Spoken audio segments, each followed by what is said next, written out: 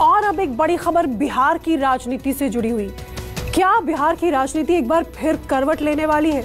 ये सवाल इसलिए उठा है क्योंकि बिहार में नीतीश और लालू की पार्टियों के विलय के संकेत तेज होने लगे हैं।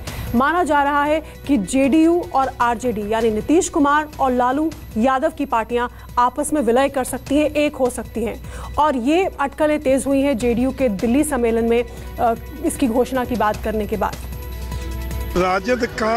राजद में जनता दल के विलय को कोई रोक नहीं सकता, वो आज न कल होना ही। राजद की राष्ट्रीय कार्यकारिणी ने अधिकार क्यों दिया कि अगर आप दल का नाम बदलना चाहें या चुनाव चिन्ह बदलना चाहें तो आपको कार्यकारिणी की बैठक बुलाने की जरूरत नहीं है।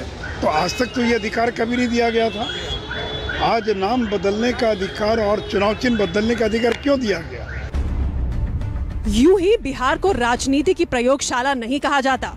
इस प्रयोगशाला में इस बार 27 साल पुरानी खिचड़ी पकाने की तैयारी चल रही है। सियासी गलियारों में चर्चा आम है कि लालू यादव की पार्टी आरजेडी और नीतीश कुमार की पार्टी जेडीयू के विलय की तैयारियां शुरू हो चुकी हैं। मंडल वाली राजनीति के दोनों योद्धा एक ही आशियाने में रहने का मन बना चुके हैं। पुराना जनता दल फिर से आकार लेने वाला है।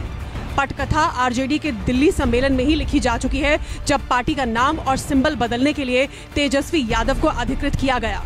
संकेत बिहार की राजनीति में दिखने भी लगा है। अब फिर हम लोग उसको छोड़ करके फिर आ गए वापिस अपना जगह पर। अब इसलिए कुछ नहीं, अब इसको समझ गए। हालांकि आधिकारिक तौर पर किसी भी पार्टी ने अभी अपने पत्ते नहीं खोले हैं, लेकिन आरजेडी और जेडीयू सूत्रों के मुताबिक विलय के बाद नई पार्टी का नाम जनता दल हो सकता है और पार्टी का सिंबल भी पुराना चक्र छाप हो सकता है।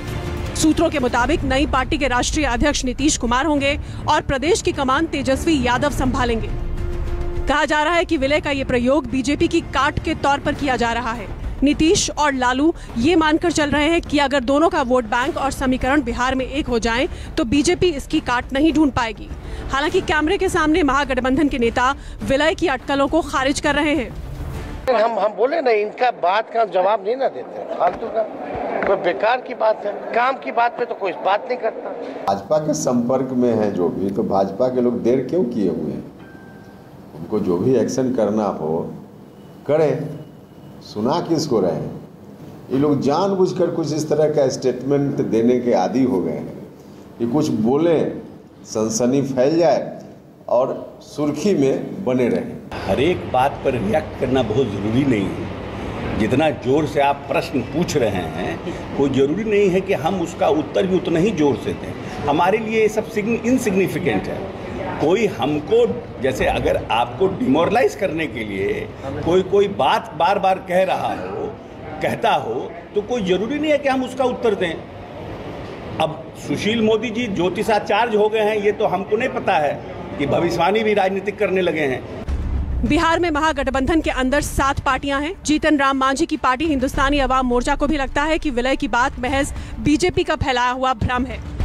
सुशील कुमार मोदी जी मीडिया में बने रहने के लिए अनर्गल बयानबाजी करते हैं। आप कह रहे हैं कि राष्ट्रीय जनता दल और जनता दल यूनाइटेड का विलय होगा।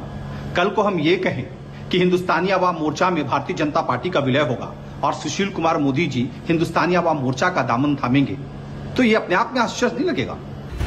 राजनीति संभावनाओं का खेल है और नीतीश कुमार के बारे में कहावत भी है कि नीतीश के पेट की बात खुद नीतीश भी नहीं जानते। उन्हें खुद भी नहीं पता कि उनका सियासी ऊंट कब किस करवट बैठेगा। राजनीति में कुछ भी अचानक नहीं होता है, संभावना पहले से बन रही होती है। नीतीश कुमार का अगला कदम क्या होगा ये खुद नीतीश कुमार ही जानते हैं। लेकिन बिहार में सियासी अटकलों का बाजार एक बार फिर से जरूर गर्म हो गया है। कैमरामैन डीसी के साथ सौरभ कुमार, पटना, न्यूज़ 24।